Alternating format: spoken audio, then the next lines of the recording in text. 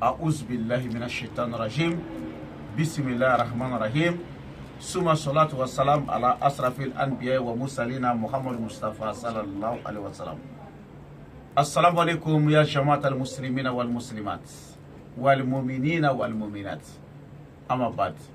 أنكلنا تنجي سيتي على فيا كان كسي كبوا الشيطان دعنا توي تورما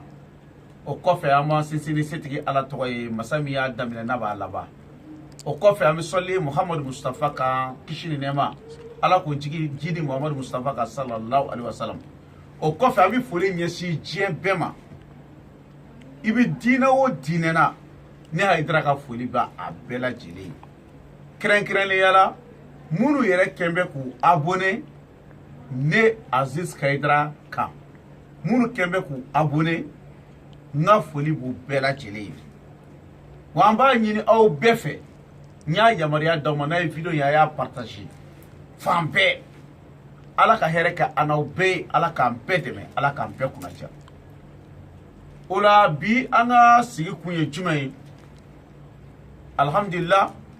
messages cira fan bɛɛ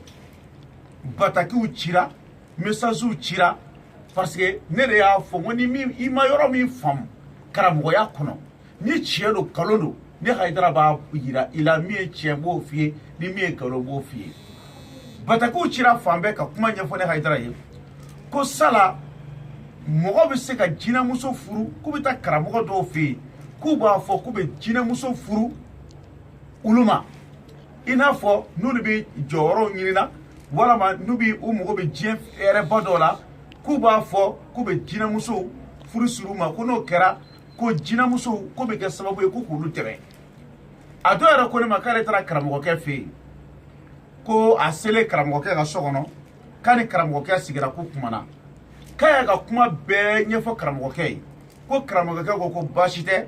k'a ka nin problème k'a ɲɛ b'a la maa kelen bɛ se k'a résoudre maa kelen bɛ se k'a mɔgɔ ɲɛ bi fɛn kelen bɛ se k'a mɔgɔ ɲɛ k'o de ye jinɛ ye k'a k'a janto k'a ka ale lamɛn k'ale bɛna jinɛmuso ani jinɛmuso furu siri ɲɔgɔn ma k'ale y'a kɛ k'ale ale kelen ni karamɔgɔkɛ kelen de bɛ so kɔnɔ ko karamɔgɔkɛ ko a ma ko karamɔgɔkɛ don dɔ f'a ye ko n'o don sera k'a ka na so kɔnɔ ko n'a nana so kɔnɔ k'o don k'a fana bɛ ala wele ko ka jinɛmuso sama ka na n'a ye ko ka n'a furu siri cɛ ma ala y'a kɛ rendez-vous don sera cɛ nana karamɔgɔkɛ yɛrɛ ka so kɔnɔ a nana karamɔgɔkɛ ka so kɔnɔ sisan nɔ ala barika la u y'i sigilen u ye kumaw fɔ ka ban karamɔgɔkɛ ko baasi tɛ n bɛ nin ni jinɛmuso de furu siri ɲɔgɔn ma mais n b'i fɛ i ka so bɛɛ f'u ye fɔlɔ Kashmir ti so la karamɔgɔkɛ kelen ka dɛmɛ dɔrɔn de bɛ yen walahi a ko cɛ yɛrɛ ka da sɔgɔ fenêtre ti so la ko cɛ yɛrɛ ka da sɔgɔ k'i sigi da la ko ni miniti dama dama sera ko cɛ ka da yɛlɛ ala y'a kɛ cɛ ye da sɔgɔ k'a sigi da la 5 minutes ko n'o sera cɛ ka da yɛlɛ cɛ ye da yɛlɛ cɛ nana don ka n'a sɔrɔ muso dakabana dɔ sigilen don karamɔgɔkɛ kɛrɛfɛ a kunsigi b'a kɔ la fo ka kunsigi dɔ ta k'a to a sen kan ale ni karamɔgɔkɛ kumana karamɔgɔkɛ ko a ma ko baasi tɛ ko nin de ka jinɛmuso ye ko n bɛna furu siri ma o jinɛmuso fana sina k'a fɔ cɛ ma k'ale furusiri wari tɛ karamɔgɔkɛ bolo k'ale furusiri wari k'ale yɛrɛ de b'ale ka furusiri wari dafɔ ko ni cɛ bɛ se ka miliyɔn 5 bɔ ka d'ale ma ko y'ale furusiri wari miliyɔn 5 o b'a sɔrɔ waritigi a bɛ mun kɛ waritigi bɛ mun kɛ sisan ale b'a mago ɲini yɔrɔ dilan o ale fana ye kurutu sugu bɛɛ kɛ ka miliyɔn 5 ɲini ka n'o di muso in ma bon miliyɔn 5 dilen muso in ma karamɔgɔkɛ tilala k'a fɔ tuguni cɛ ɲɛna k'a ka bɔ kɛnɛ ma ko ka datugu cɛ bɔra kɛnɛ ma ka datugu client kɛ miniti 5 k'a ka dayɛlɛ ka don miniti 5 sera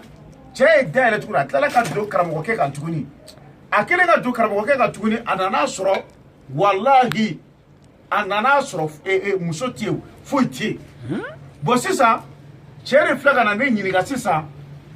ko sala o ko min kɛra yen ko y'ale dabaliya ban ko ma foyi bɔ ale ka ko la k'ale ka diɲɛlatigɛ la ko ma foyi de ɲɛ ale ye a ye ne wele ka bataki fɔ n ye ka n wele telefɔni na yɔrɔ jan a ko sala o ko in ye tiɲɛ walama nkalon don n k'a ma ko ni ala sɔnna a ma bi n b'a bara ci ni tiɲɛ don n b'a yira mɔgɔw la ni nkalon don n b'a yira mɔgɔw la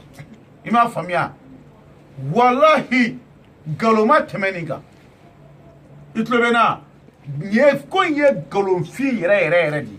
ni chewo che yafo awye kramo fe soma fe nda shidon fe ko be se ka jina muso furu siri awma aya fu ye ko ne haidra ko galon tige lawtu abeni qur'ane che galon tige law yere du abe flomanu ni bandi ni tromperu di ka bare ma foye mitla ka kechugo be foye nyinde foye ka gela nga yaw jigida duoka hey ayaw jigida duoka jango aflaka do wakati ba munu kono ayaw jigida duoka ne ni kungo ba udala ni problem ba udala yana ka wuli kata do filomani ni banduka ayaw jigida duoka ka araka fla seli ka duoki re akona jola ka sunga duoki re akona jola ka hine fantan dola o ka duoki akana jola jela tigala beni ka duoki chukudu ambe duo minke mogo ye nan dambe mina jela tigala dambe mina ibode ka an dambe mina ode ka yashini kala mogo ye teliala she keme ani kannani ka soroga saka jigi jema kelefa bilahi ka bushi blema wolofla mene ama delika ni ke masi toko la foro jien kono ko ya fo aidra a chiena din karama joroi o ma delika ke o ma delika ke bo jela tika le dambe mina ibi bara kali odi no de do kali tika chew ima famia nyore fo au bembi siga ka yo jigida doka na bi fe abula na furo ka baski na fora au debi manyuma kola torola kamana gana konna filila ati shiro nywana na fora au ka wari bi soro karamugo kafiri so ma bandiu ube alam ne kaw nige ka ko wari mine ka tu ha ube tala soro nyewu bilala ba beta chie wuli ba dule na ofefe video ya aya partager fambe ima famia ka jira muso furu siri mo ma ne ay tara de ko galono abeka chukodi mba ke chugo be fo be ibi sofla de joka tu nyongana sofla ntara mina exemple ke chugo mina ah il faut être parce que à téléphone kele ndi atanga la eta voilà aleha ibi sofla jopa no ni tu folo ni sofla jota itlo wala inyabala ibi sofla enjoy ba tu nyongana ta ni sofla tu nyongana ta ibi se ka ni portu boko nyeshita ka ni portu boko nyeshita donc ni be feka moko me tromper ka fo ibi na jina muso de furu sirama ibi mun kesi sa ibi ni so mi fleni ibi foze dinge de sini so ikono kana bodi so ikono mais ba so ni so dabi en fait so do fana dabi en fait ni so kurukele ni so fana kurukele mais o tugule no nyogona mais foze dinge be so do ikono kana se so do ikono na ima famia ni be feka fama mi tromper ça i ka complice de bina doni so ikono ni ka complice dona ni so ikono donc fama ke iba wo fama ke kaka datu ko ni minute duru sera kaka dare ko abjina muso min no bina na bina furusiri jina muso mima ko jina muso bina fama ke be so abe so datu sa erebe tapi korota sokono ni tapi korota o ba soro dalu no fuze dinga dala ibi dalu nunu boy i erebe munuma fuze dinga kono kana i ka complice muso soro so don kono ni ya soro so don kono complice muso fana bi do o fuze dinga kile kono kana karamo ke ka sokono karamo ke be so ka place da o fuze dinga dala ka soro ka tapi ba fete sokono donc e bina so kuru kele mais fenêtre ta la foi ta la e bolo de du e da soko donc e bitla ka minute duru bi se be daile e bitla ka na soro muso sigile no a sokono zamzamiyu ima famia bo o muso yi o ye karamo ke re ka complice di donc wari bi kun wari ti kun ale ni karamo ke o be kuma ka o bo bedo ila ka bangwa ika moye mie o bo bedo donc ça ne dona sa era mana bali e de datu mo kele tumba kono minute duru sere tla ka dale na so chima ba kono mais abila kabakoya bo o la sisano ni o ye fen fo fo na ti ku no te ba ki ima fam am balmo kan na furo chena nata tumara ka kan na furo chena nata famo ka da furo chena nata mo chama de kan na furo chena ni kolangolo na dalu foyi t'a la tu t'a la ta t'a la u bɛ soden fila de jɔ ka tugu ɲɔgɔn na ka fosse dingɛ sigi dɔ in kɔnɔ ka na bɔ so dɔ in kɔnɔ i m'a faamuya bon nin n'a ɲɔgɔn bɛ ka kɛ tunkarakɛw la fan caman i m'a faamuya n ye de fɔ ye a y'aw janto duwawu la walahi mori kɛmɛ bi maa kɛmɛ bɛ moriya kuma fɔ la min yɛrɛ ye mori tiɲɛtigi ye n ye kale ala ka kuranɛ bonya na a ti tɛmɛ 2 kan a y'aw yɛrɛ kɔlɔsi bi filimaniw cayara bandiw cayara trompeurs cayara kalabanciw cayara i m'a faamuya bon vraiment an bɛ se ka min fɔ tunkarakɛw o ye ka fɛn yir'u la u ka wari kana tiɲɛ an bɛ se ka min fɔ diɲɛ ye ka fɛn yira aw la aw ka nafolo kana tiɲɛ moriya sɛbɛ ye ala wele de wilibali don dɛ n'i taara karamɔgɔkɛ fɛ yen n'a ye sɛbɛn bɔ k'a d'i ma ala tɔgɔ sɛbɛn a ma filimaniya don a la i b'o minɛ n'a ye nasi sɛbɛn kuranɛ nasi sɛbɛn ka nasi sɛbɛn k'a d'i ma o minɛ i taara soma fɛ yen a ye fura dɔ dilan k'a d'i ma yiri i n'a fɔ fura ka fura yɛrɛ yiriw fara ɲɔgɔn kan min bɛ bana furakɛ ou bien min bɛ garisɛgɛ foni k'a sɔrɔ a ma filimaniya k'a la olu bɛ se ka minɛ mais ni maa o maa ye koni dɔ baratu ka yira aw la dibina koni k'a fɔ k'a b'o de bɔ ka yira aw la a y'a fɔ ko ne Hayidara ko filoman don bandi don trompeur don a bɛɛ n'Ala ni kira cɛ nin ko in kama ne bɛ k'u démasquer min kama u bɛ ka nin kuma sugu bɛɛ fɔ nka ne mɔgɔ foyi t'o la ni mɔgɔ ye ne faamu ka ne hakilina faamu ka ban o bɛ ne bɔ quoi bilahi ala ka tiɲɛ dɛmɛ nka Seydina Ali ko maa de bɛ maaw tromper ko kana e bolofɛn ta a bɛ nin kɛ k'a sɔrɔ nkalon don k'a nkalon jurumu valeur ani b'i ka jɛ i ba fɛ a bɛɛ ka kan karamɔgɔ fɛn fɛn bɛ maaw tromper ko mɔgɔw ka na u fɛ yen k'u bɛ se k'u mɔgɔ dilan k'a sɔrɔ nkalon ala k'a bɛɛ ta tiɲɛ a y'ala k'a bɛɛ ta tiɲɛ en même temps fana n bɛna parenthèse dɔ fana dayɛlɛ bi o ye parenthèse jumɛn ye n bɛ segin a kan bi fana ni cɛ o cɛ y'a wele diɲɛ kɔnɔ k'ale de ye Seck Cherif Ousmane Madang Hayidara ye ko a ye wari ci ma a y'a fɔ aw tɛ Hayidara tile kelen ma maa si wele k'a ye wari ci ma a muso ti maa wele k'a ye wari ci ma a den ti maa wele k'a ye wari ci ma ni maa y'aw wele diɲɛ kɔnɔ k'ale de ye Cheikh Mohamed Buye Hayidara ye k'a ye wari ci ma a y'a fɔ nkalon don filomaniw ka baara don Buye tile kelen ma maa si wele k'a ye wari ci ma a muso ma deli ka mɔgɔ wele k'a ye wari ci ma a den ma deli ka mɔgɔ wele k'a ye wari ci ma walama u b'a fɔ k'olu ye kurusikaw de ye i m'a faamu walama k'olu ye El Hadj Umar Talib mɔdenw de ye u bɛ to ka maaba minnu bɛ Mali kɔnɔ diɲɛ kɔnɔ walama arabu ɲɔgɔsilen arabu ɲɔgɔsilen dɔ bɛ bɔ fan dɔ fɛ ka tila ka na an ka jamana kɔnɔ ka na nkalon tigɛ zanfiyaw kɔnɔ k'olu de ye Cheikh Ahmad Tijani mɔdenw ye i m'a faamuya nin bɛɛ ye filomaniw de ye en même temps ka tila ka telefɔniw ci k'olu de ye Cheikh Ahmad Tijani mɔdenw ye k'a ye nin ci ma a ye nin ci ma a bɛɛ nkalonfin Cheikh Ahmad Tijani mɔden si tɛ diɲɛ kɔnɔ min b'a fɔ ko a ye wari di yan a mɔden tɛ Hayidara mɔden foyi tɛ diɲɛ kɔnɔ min b'a wele telefɔni na k'a ye wari di yan Cheikh Mohamed Buye Hayidara a mɔden foyi tɛ diɲɛ kɔnɔ min b'aw wele telefɔni na k'a ye wari di yan i m'a faamuya nin bɛɛ filomani ni bandi ni trompeur de ka baara ye o tuma n'aw fɛn fɛn video sɔrɔ a y'a partager a bɛ se ka partager WhatsApp fɛn fɛn kan YouTube fɛn fɛn kan Viber kan messagerie kan a y'a partager diɲɛ bɛɛ k'a ye bi bi in na bilahi maalankolonw olu filɛ nin ka karamɔgɔya nɛgɛ bɔ mɔgɔw la i m'a faamuya ne Hayidara ka téléphone numéro i m'a faamu donc n bɛna exprimer dɔɔni en français parce qu'il y a beaucoup de gens qui sont à l'Europe ils m'ont dit de m'exprimer parfois en français sur ces choses-là parce qu'ils n'entendent pas notre langue. Mais si je me débrouille en français, ils vont savoir, ils vont comprendre ce que je veux dire. C'est quoi? Tu parles chez beaucoup de personnes, surtout les marabouts, ils vous disent qu'ils vont vous faire marier avec un diable. Donc, ils vous donnent les rendez-vous, tu viens chez eux, tu les trouves dans une seule chambre. Ils sont seuls là-dedans.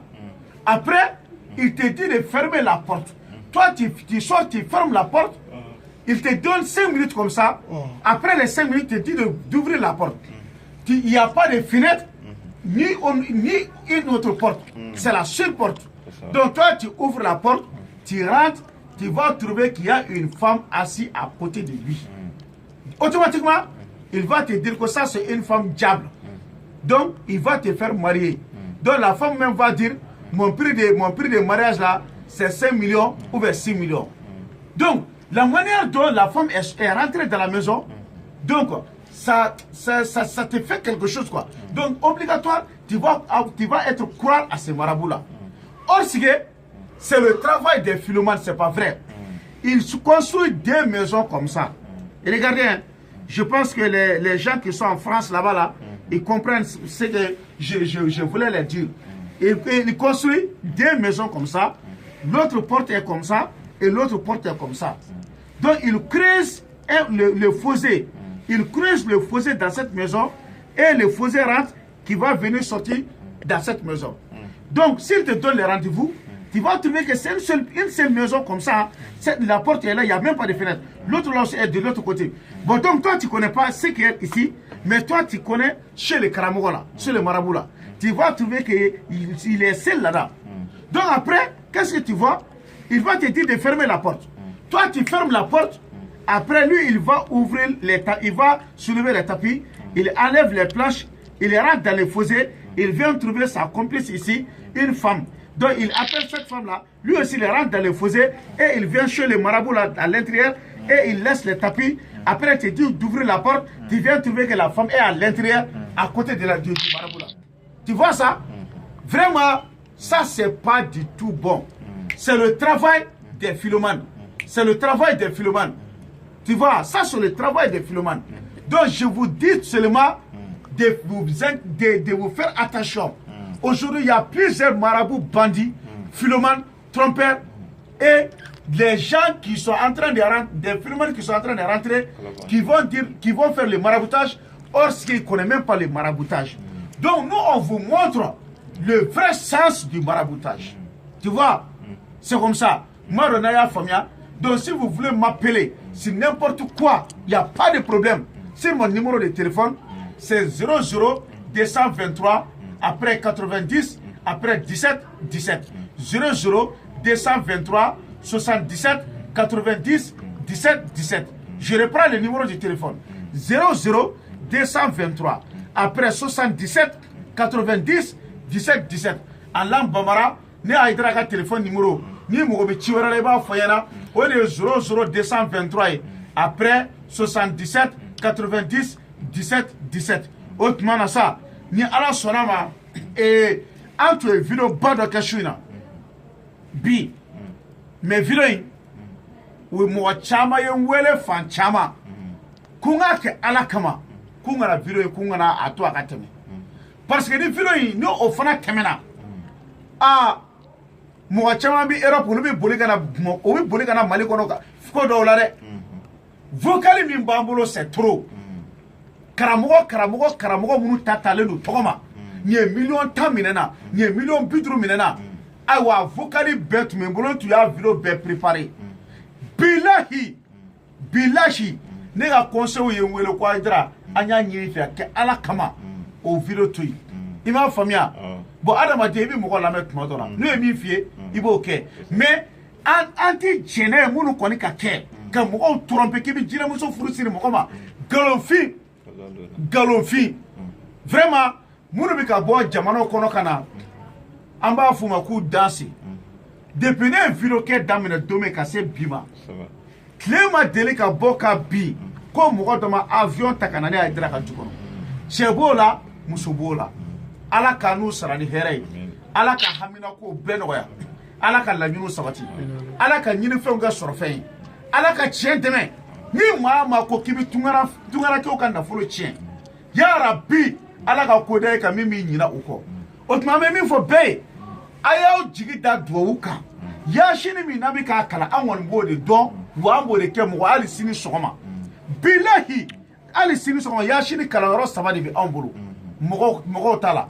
o de ba ambulu anse bi ambode ke